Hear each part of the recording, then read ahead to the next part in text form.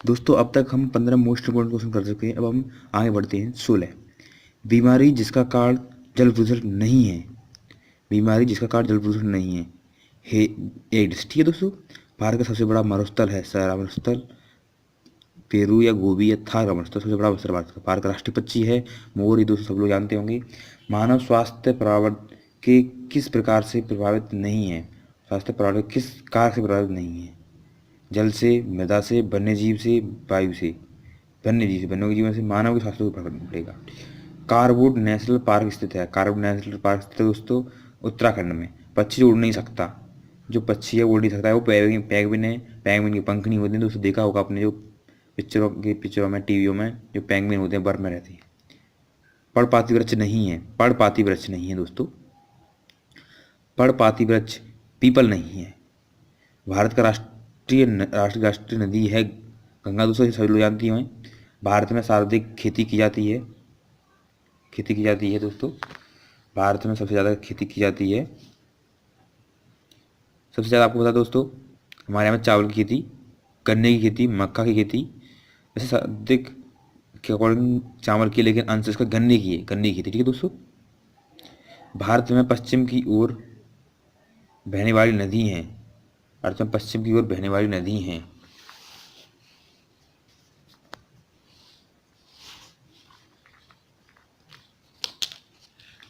देखिए दोस्तों भारत में पश्चिम की ओर बहने वाली नदी हैं। दोस्तों अब तक हम 25 मोस्ट इम्पोर्टेंट क्वेश्चन लगा चुके हैं दोस्तों। अब इसके आगे 25 के आगे स्टार्ट करते हैं दोस्तों।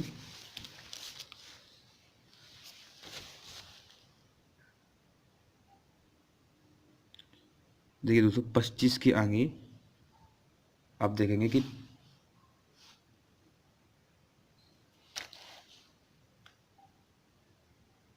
पृथ्वी का सबसे विशाल आकार कौन का जीव है। व्हेल, हाथी, गैंडा, दरियाई घोड़ा। ये तो आप जानते ही हैं नीली व्हेल है। सबसे ज़्यादा प्रदूषित नगर है कानपुर है। मरुस्थल वनस्पति जाति से संबंधित नहीं है। देवदार के वृक्ष। भारत में सबसे अधिक जनसंख्या वाला राज्य है दोस्तों। सबसे अधिक जनसंख्या वाला राज्य है दोस्तों। संख्या वाला राज्य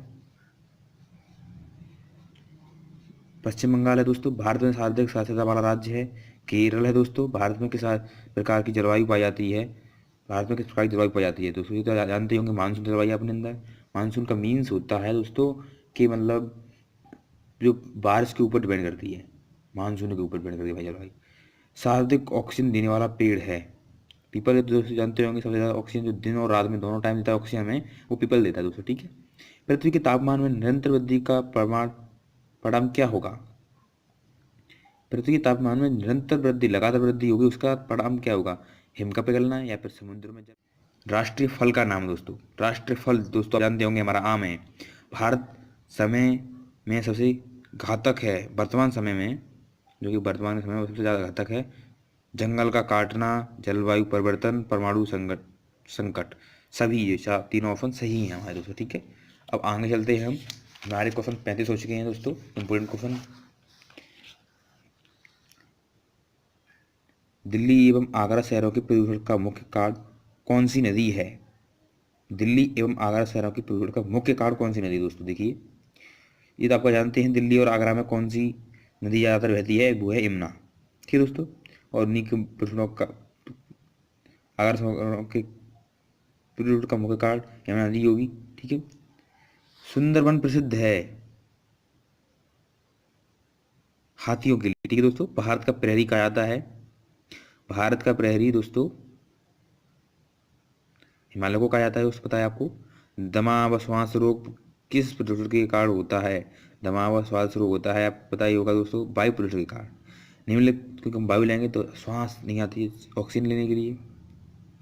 निम्नलिखित में से कौन सी भूमंडलीय ऊष्मकण के प्रमुख उत्तरदायी है। इनमें से कौन सी गैस भूमंडलीय ऊष्मीकरण के लिए प्रमुख उत्तरदायी है। दोस्तों इसका आंसर होगा आपका कार्बन डाइऑक्साइड। ये पिछले कुछ सालों में देखा जाता है कि ताजमहल का रंग पीला पड़ रहा है। क्यों। वो रासायनिक प्रतिक्रिया, जल प्रदूषण की रासायनिक प्रतिक्रिया वगैरह, परमाणु प्रतिक्रिया वगैरह। वायु प्रदूषण की रासायनिक प्रतिक्रिया था, वायु प्रदूषण यानी कि जो वायु के द्वारा जो रिएक्शंस होंगे उनके द्वारा। ताजमहल का रंग पीला पड़ रहा है। विटामिन डी की का प्राकृतिक स्रोत बताइए, सूर्य होता है, आपको पता है। चिपको आंदोलन संबंधित है वन संरक्षण से। चिपको आंदोलन होगा दोस्तों वन संरक्षण से संबंधित है। टिहरी बांध परियोजना निम्न राज्य में स्थित है। टिहरी बांध परियोजना उत्तराखंड में स्थित है, ठीक है। नर्मदा सागर परियोजना किस नदी पर स्थित है? नर्मदा सागर परियोजना दोस्तों नर्मदा नदी भी स्थित होगी दोस्तों, जाहिर सी बात है ये तो। विश्व का सबसे अधिक जनसंख्या वाला महाद्वीप, एशिया महाद्वीप में सबसे ज्यादा जनसंख्या दोस्तों, ठीक है। पर्यावरण को सर्वाधिक बिगाड़ता है कूड़ा डाल डाल डालना, मील एवं फैक्ट्रियां, परिवहन के साधन। सभी आंसर ये है दोस्तों इसका। सर्वाधिक भूकंप आते हैं जापान में, सबसे ज्यादा भूकंप आते हैं दोस्तों, ध्यान रखना। भारत का ऊर्जा स्रोत कहा जाता है सौर ऊर्जा को। भारत भविष्य का ऊर्जा स्रोत, सॉरी दोस्तों, भविष्य का ऊर्जा स्रोत मतलब कोयला खत्म हो जाएगा, पेट्रोल खत्म हो जाएगी, विद्युत भी पानी से बन रही है, सौर ऊर्जा जो सूर्य से प्राप्त हो रही है उसे हम जो है भविष्य का ऊर्जा स्रोत कह सकते हैं। इनमें से कौन सा खनिज ईंधन स्वच्छतम ईंधन है? प्राकृतिक गैस, ठीक दोस्तों।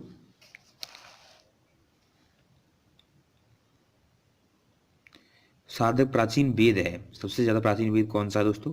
ऋग्वेद। ऋग्वेद जो सबसे ज्यादा प्राचीन वेद है। हमारे 4 वेद हैं, ऋग्वेद, यजुर्वेद, सामवेद, अथर्ववेद, लेकिन सबसे ज्यादा पुराना वेद हमारा ऋग्वेद। यजुर्वेद के अनुसार का सर्वोपरि स्थान है, तो यजुर्वेद है ना, उसके अनुसार राष्ट्र का सर्वोपरि स्थान है, ठीक है दोस्तों। विश्व की प्राचीन भाषा है संस्कृत है, तब भी जानते होंगे दोस्तों, ठीक है।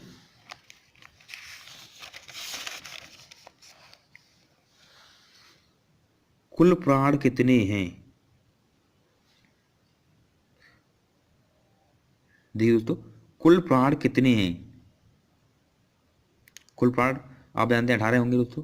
महाभारत के रचयिता वेद व्यास हैं, आप भी जानते होंगे। कुल वेद कितने हैं? कुल वेद कितने हैं दोस्तों? वेद आपको पता है 4 हैं। भारत को विश्व गुरु की संख्या किसके आधार पर दी जाती है? आध्यात्मिक चिंतन के द्वारा, ठीक है दोस्तों। सिंधु प्रदेश कहा जाता है, अफगानिस्तान को सिंधु प्रदेश कहा जाता है। भारत को इंडिया किस नदी के आधार पर कहा गया है? इंडिया किस नदी के आधार पर कहा गया है दोस्तों? इंडस यानी सिंधु नदी का आधार पर कहा गया है दोस्तों। इंडस नाम से पता लग रहा है। जम्बू द्वीप एक क्वेश्चन ऐसे ही आ सकता है कि इंडिया किसके नाम पर रखा गया है? देश का नाम इंडस नदी का। यहाँ पे सिंधु नदी का दूसरा नाम इंडस है। जम्बू द्वीप किस महाद्वीप पर स्थित था? जम्बू द्वीप किस महाद्वीप पर स्थित था? एशिया महाद्वीप पर, ठीक है दोस्तों।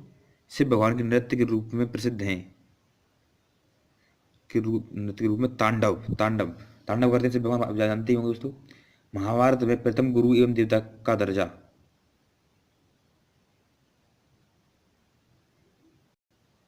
माता को प्राप्त है महाभारत में दोस्तों गुरु एवं देवता का दर्जा।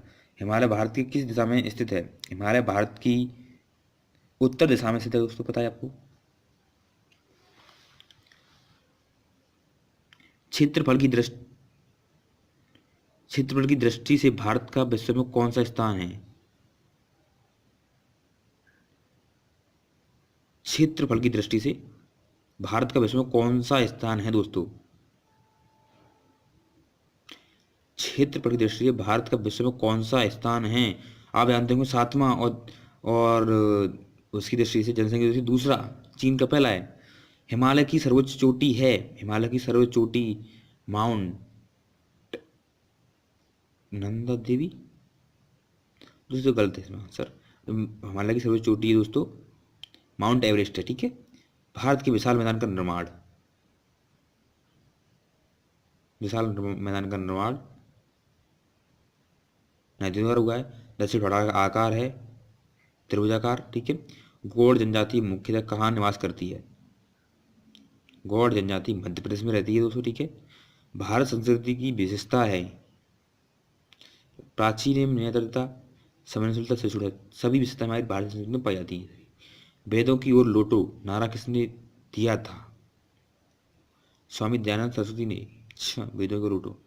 भारतीय संस्कृति में कौन सा जानवर को माता कहकर पुकारते हैं? गाय को दोस्तों बताइए आपको, गाय की पूजा करते हैं इसलिए माता कहते हैं उसे। एक पर्यावरणीय समस्या है जनसंख्या विस्फोट। ठीक है दोस्तों, मनु के अनुसार जहाँ की पूजा की जाती है वहीं देवता निवास करते हैं। जहाँ नदी की पूजा की जाती है वहीं देवता निवास करते हैं। ठीक है दोस्तों,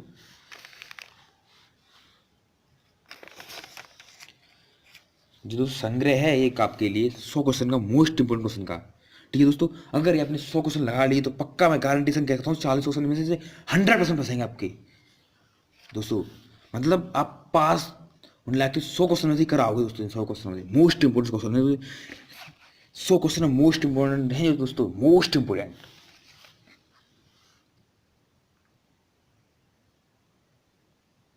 विश्व की प्राचीनतम एवं श्रेष्ठतम सभ्यता माना जाता है। प्राचीनतम एवं श्रेष्ठतम सभ्यता माना जाता है भारतीय सभ्यता को। ठीक है, कादम्बरी के लेखक कौन है?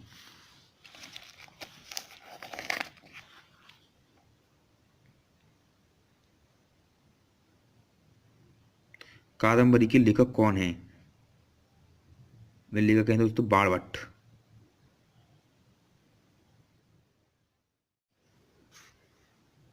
दोस्तों अब आपके 25 क्वेश्चन शेष रह गए हैं दोस्तों।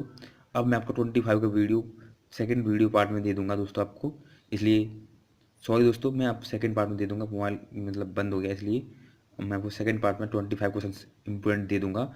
अब दोस्तों आप इस वीडियो पसंद आई हो तो लाइक बस कर दें, वीडियो कर अच्छी लगी हो तो लाइक कर दें। मैं इतनी गारंटी ले रहा हूँ दोस्तों, इसमें से 100 में से 40 क्वेश्चन आपको फंसेंगे अवश्य, 100% दोस्तों।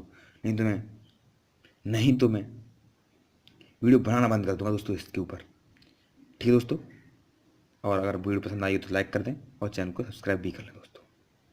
चैनल को सब्सक्राइब करेंगे जिससे मुझे मोटिवेशन मिलेगा और मैं आपके लिए और इम्पोर्टेंट क्वेश्चन भेजूंगा। ठीक है, थैंक यू दोस्तों। और जो आपके सब्सक्राइब बटन के बगल में जो घंटी है उसे भी ऑन कर लें। ओके दोस्तों।